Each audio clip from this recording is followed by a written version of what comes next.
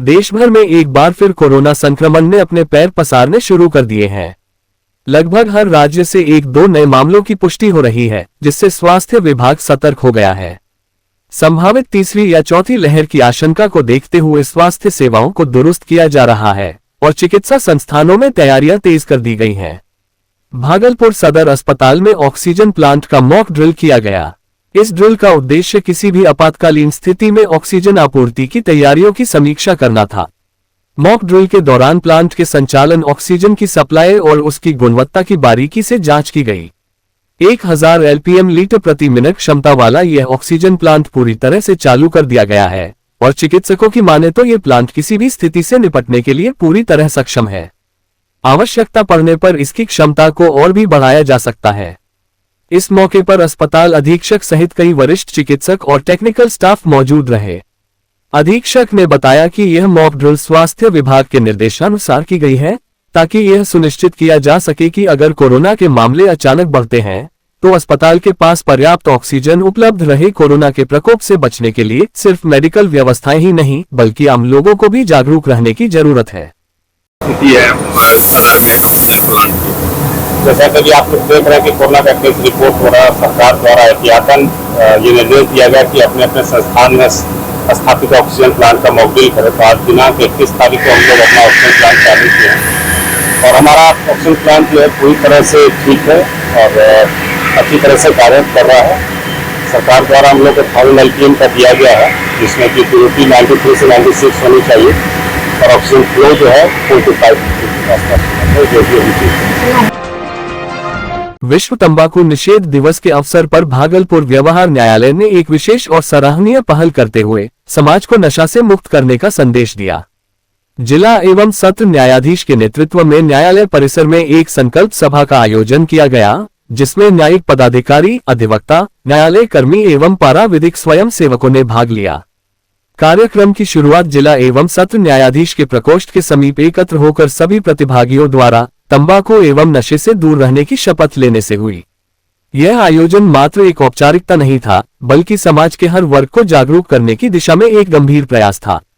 उपस्थित लोगों ने इस अवसर पर यह संकल्प लिया कि वे न सिर्फ स्वयं नशे से दूर रहेंगे, बल्कि अपने आसपास के लोगों को भी इसके दुष्परिणामों से अवगत कराएंगे। कार्यक्रम के दौरान वक्ताओं ने बताया कि तंबाकू और अन्य मादक पदार्थ सिर्फ एक व्यक्ति के स्वास्थ्य को ही नहीं, बल्कि उसके पूरे परिवार और समाज को प्रभावित करते हैं। लोग शामिल हुए हैं। आज विशेष सत्र बुलाया गया है कि जो तंबाकू विश्व तंबाकू निषेध दिवस है, उस पर हम लोग ने, हमारे जज साहब लोग ने और स्टाफ के लोगों ने सबने मिलकर शपथ खाई है कि हम लोग तंबाकू का सेवन नहीं करेंगे और जो लोग करते हैं उनको भी हम लोग प्रेरित करेंगे कि वो लोग ना करें। बिहार विधानसभा चुनाव में कई महीनों की देरी है, लेकिन इससे पहले राजद के बाद अब कांग्रेस माई बहन योजना के तहत गरीब महिलाओं को 2500 रुपये देने का वादा कर रही है।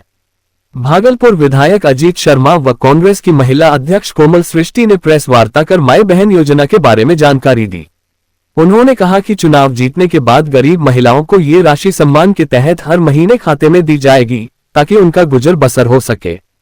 बेरोजगारी, महंगाई को लेकर अजीत शर्मा सरकार पर हमलावर हुए। उन्होंने कहा कि महागठबंधन की जीत पर महागठबंधन सरकार तरफ से यह योजना दी जाएगी। माई बहन मान योजना जो शुरू किया जा रहा है, हम लोगों ने भी शुरू किया है और इसमें महागठबंधन की सरकार बनेगी तो हम लोग माताओं को, बहनों को 2500 रुपया प्रति माह देने का काम करेंगे। और आपको बता दें, जहां भी हमारी सरकार है वहां भी हम लोग 2000 रुपया दे रहे हैं। यहाँ भी बिहार में भी जो चुनाव होगा, सरकार बनेगी तो हम लोग माँ बहनों को भी 2500 रुपया देने का काम करेंगे। यह हम लोग जो ये देख रहे हैं आप, ये सभी, ये देखिए योजना जो है,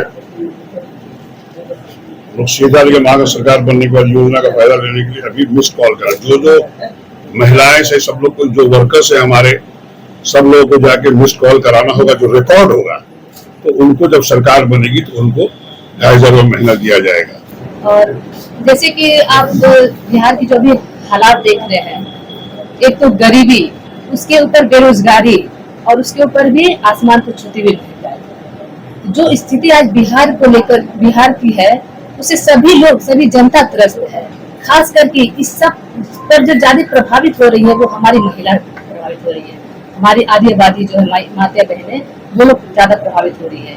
इसलिए प्रभावित हो रही है क्योंकि किस तरह से वो कम पैसों में कैसे वो घर का खर्च चलाती है, इतनी महंगाई में, इतनी गरीबी में, और ऊपर से रोजगार नहीं है। तो सोचें उनकी क्या स्थिति होती है, क्योंकि एक औरत ही घर को संभालने का काम करती है। और सबसे बड़ी बात है कि लोग पलायन कर रहे हैं, क्योंकि यहाँ रोजगार की कमी है, इससे लोग बाहर जा रहे हैं। तो माता बहनें जिसका बेटा, जिसका भाई या जिसका पति जो है बाहर पलायन कर रहा है, तो उसपे हम हमेशा समझे चिंतित ही रहती है महिला कि पता नहीं क्या हो रहा है, नहीं हो रहा है, कैसे रह रहे, नहीं रह रहे। तो मतलब हर तरफ से अगर देखा जाए तो हमारी बिहार की महिला जो काफी इस चीज से पीड़ित है, ग्रसित है। यही सब देखते हुए, उनकी इस समस्याओं को समझते हुए, जो आर्थिक समस्या है, जो गरीबी है, जो महंगाई है, इनको समझते हुए हमारी महागठबंधन की सरकार ने एक योजना निकाली महिलाओं के नाम से, माँ बहन मान योजना, जिसके मुताबिक अगर हमारी सरकार, गठबंधन की सरकार अगर आती है बिहार में, तो प्रत्येक महिलाओं को, जो जरूरतमंद महिलाएं हैं, प्रत्येक को 2500 रुपया महीना दिया जाएगा उसके खाते में। लेकिन केवल ये एक महिला को नहीं है, एक परिवार में अगर 10 महिलाएं हैं तो 10 को जो है 2500 रुपया खाते में पहुंच जाएंगे। विश्व तंबाकू निषेध दिवस के मौके पर सदर अस्पताल भागलपुर से डॉक्टर और स्वास्थ्य कर्मियों ने प्रभात फेरी निकाली। इस प्रभात फेरी में सदर अस्पताल के दर्जनों डॉक्टर, स्वास्थ्य कर्मी व एएनएम शामिल थे। लोगों को जागरूक करने के लिए हाथों में तख्ती लिए पूरे शहर का भ्रमण किया। ये जागरूकता रैली निश्चित रूप से शहर वासियों को विश्व तंबाकू निषेध दिवस के अवसर पर एक अच्छा संदेश देते दिखे। वहीं सदर अस्पताल के प्रभारी अधीक्षक डॉक्टर राजू ने बताया कि तंबाकू कहीं से भी सही नहीं है। इसका सेवन करना मौत को गले लगाने के बराबर है। इसलिए तंबाकू से दूर रहें ताकि आपका जीवन स्वस्थ रहे और आपका परिवार खुशहाल रहे। कि आप पता है कि आज विश्व तंबाकू दिवस है, तो इस अवसर पर हम लोग प्रभात फेरी निकाल रहे हैं और लोगों को जागरूक कर रहे हैं कि तंबाकू से होने वाले दुष्प्रभाव और तंबाकू सेवन से क्या क्या बीमारियां होती है, उसके बारे में जागरूक करेंगे और लोगों को समझाएंगे कि इन सब चीजों के सेवन करने से बहुत तरह की बीमारियां होती है, उससे दूर रहें और अपने सामने और भी लोग जो इस चीज का इस्तेमाल करते हैं उनको भी इन सब चीजों को करने से मना करें।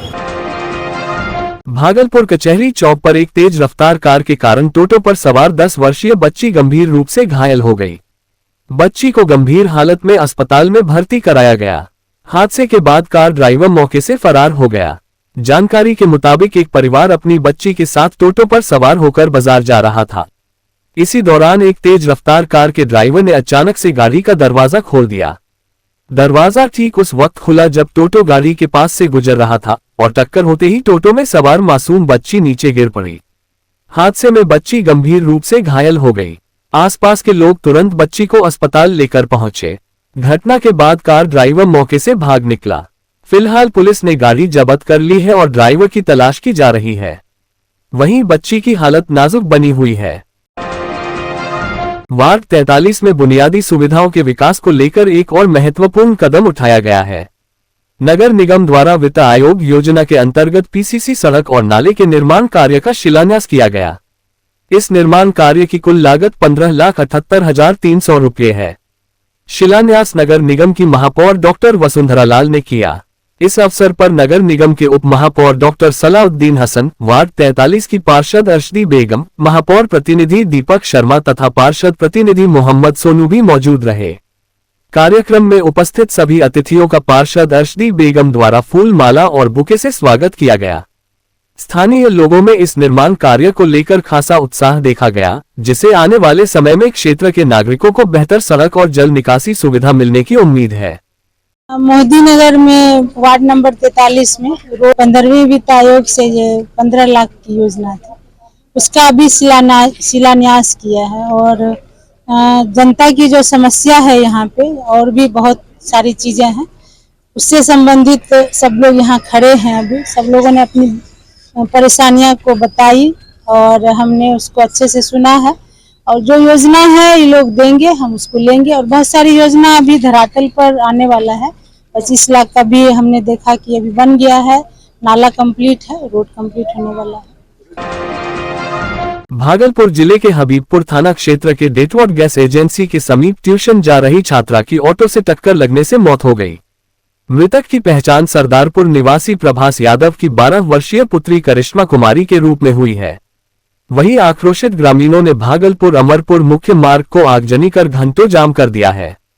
वहीं मृतिका के दादा वीरो यादव ने बताया कि हमारी पोती 8वीं के छात्र थी जो सुबह ट्यूशन पढ़ने जा रही थी। तभी अनियंत्रित ऑटो ने धक्का मार दिया और उसकी मौत हो गई। परिजन व ग्रामीण आक्रोशित हो गए और सड़क को जाम कर दिया।